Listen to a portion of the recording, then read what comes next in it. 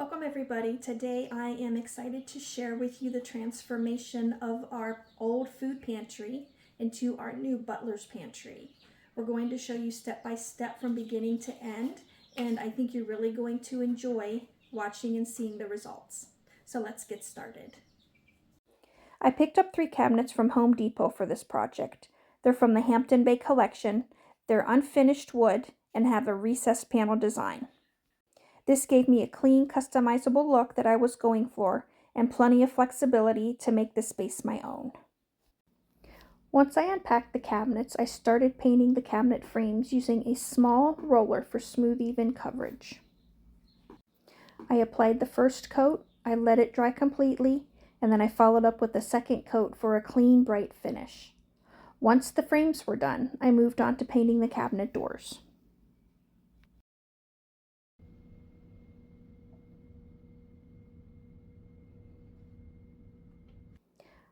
I removed the hinges and screws and placed each set into a labeled solo cup. Each cup had a number on it, and I added a matching sticker to the inside of the cabinet door. This keeps everything organized and makes reassembly quick and frustration-free.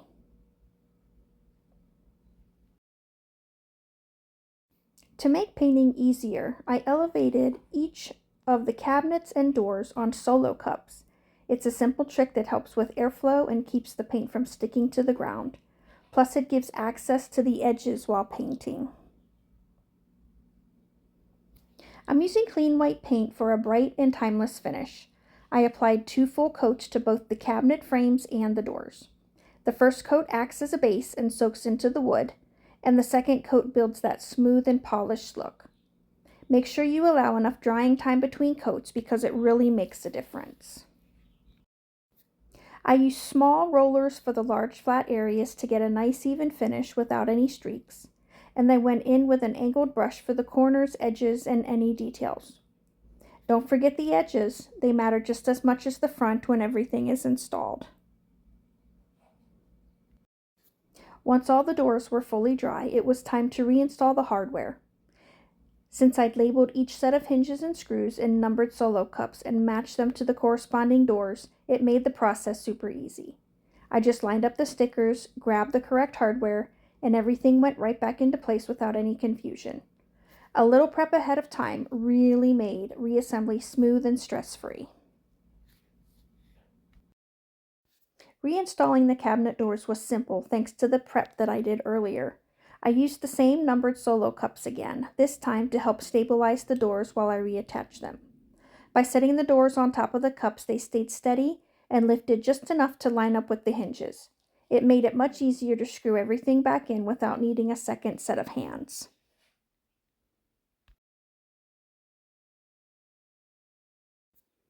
Now that the cabinet doors are reattached to the cabinet frames, it's time to paint the fronts. I made sure everything was aligned and secure, and then used a small foam roller to apply the paint evenly across the flat surfaces. For the edges and corners around the panels, I used angled brushes to get a clean finish. Since the doors are already installed, just be sure to open them slightly while painting along the edges to avoid drips or sticking. I'll also be applying 2 coats for full coverage and a smooth, polished look. Before our pantry makeover, things were completely out of order. Food was placed anywhere and everywhere, making it difficult to find what we needed. It had become a cluttered and chaotic space. Our spice shelf was especially frustrating. It took forever to find the right spices because nothing was labeled or sorted. Every time we cooked, we wasted time digging through bottles. We knew it was time for a complete reset. As I'm taking everything out and placing items in bins or on a table, I'm putting them by category: cans, dry goods, baking spices, and I'm also tossing expired food and setting aside anything to donate. Now it's time to remove the wire shelves.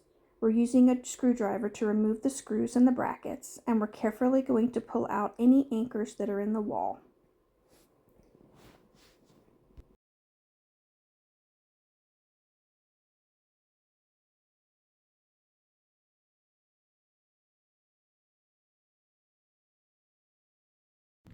I didn't get it on video, but after we removed all the wire shelves, I used spackle to fill any of the holes in the walls.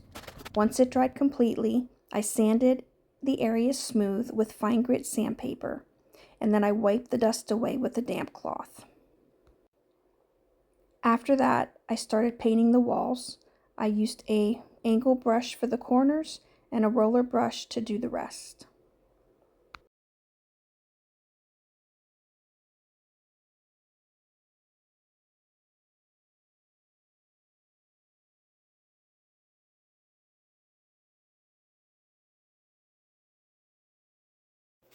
Now it's time to build the bases for the cabinets. To raise the cabinets off of the floor and give them a built-in finished look, we constructed sturdy bases using standard 2x4 lumber. We measured and cut each board to match the exact dimensions needed for the cabinet bottoms.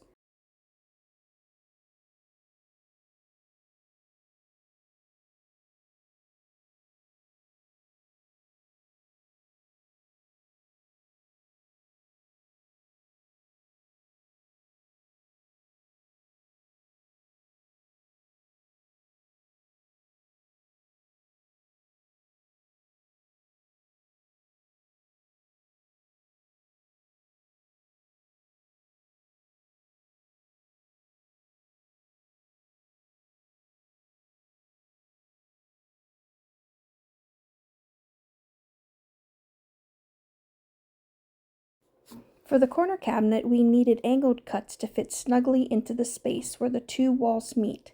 We measured the angles carefully, cut the boards, and assembled the corner base right inside the house to make sure that everything lined up perfectly. Taking the time to build these custom bases created a level, sturdy foundation and brought all the cabinets up to the same height, setting the stage for a smooth installation.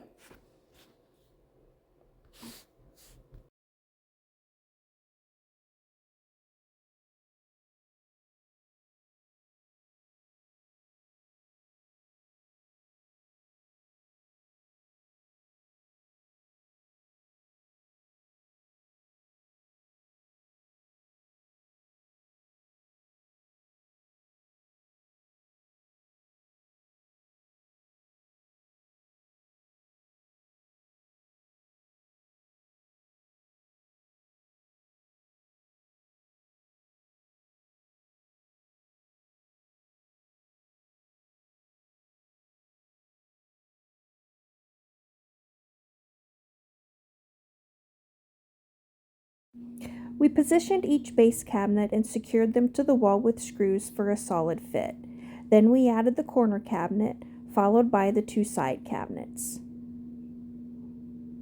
To create a slight gap at the back for better alignment with the wall, we used a 1/2-inch spacer board.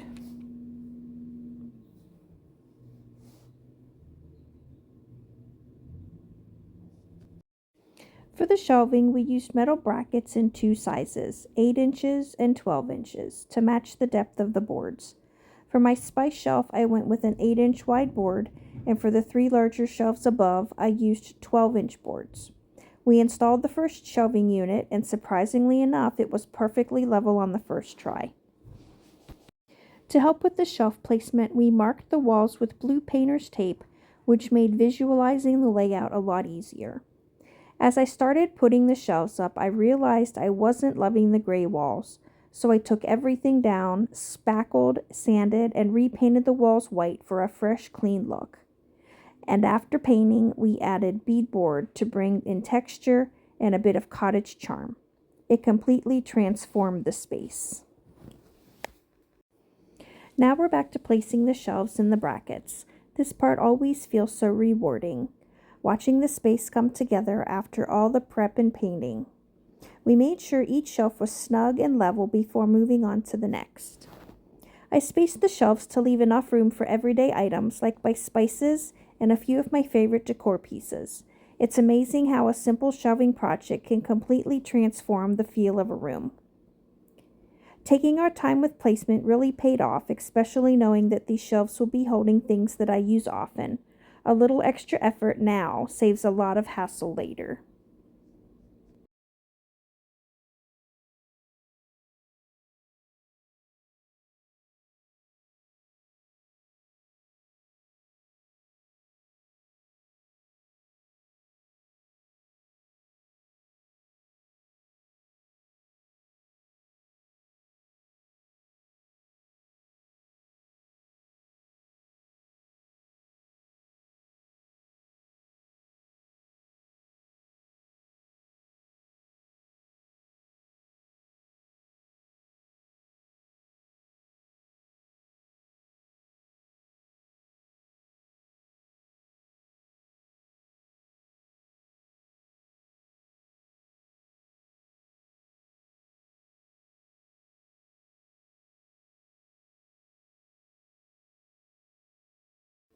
Now's the time to place and cut the countertop. I used a 3/4 inch plywood board that had already been sanded smooth. To get the best fit, we first cut the board in half lengthwise so it would be easier to bring inside. Then we traced the shape of the base cabinets directly onto the bottom of the plywood. After carefully cutting along the trace lines, we brought the piece back in, and lo and behold, it fit perfectly. There's nothing better than a custom fit without any extra adjustments.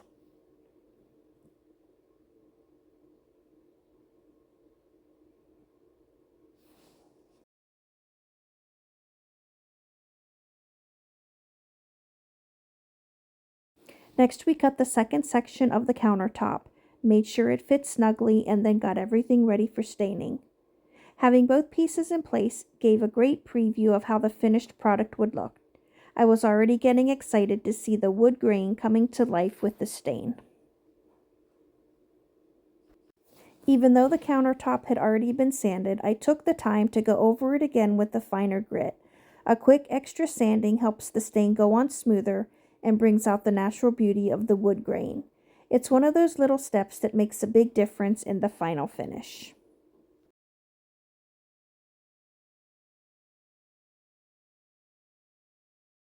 I chose a gray wood stain to give the countertop a modern neutral look that still shows off the natural grain.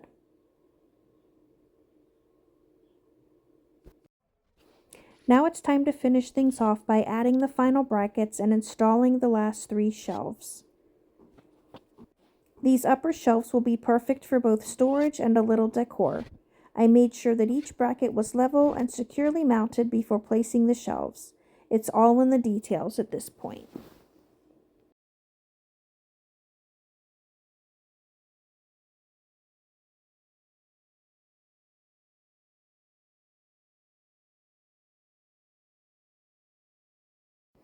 And now for the final reveal.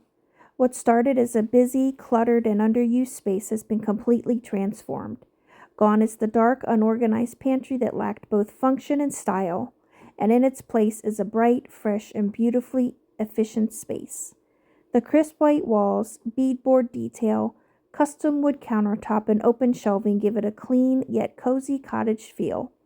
Everything has its place, and the room now feels open, intentional, and welcoming. It's amazing what a little vision, some elbow grease, and a few thoughtful design choices can do. Thanks for coming along on this pantry makeover. Don't forget to like, subscribe, and share if you enjoyed watching this transformation. And by the way, I will be sharing a separate video soon showing the changeover from all the mismatched spice containers to these new uniform canisters. It makes such a difference.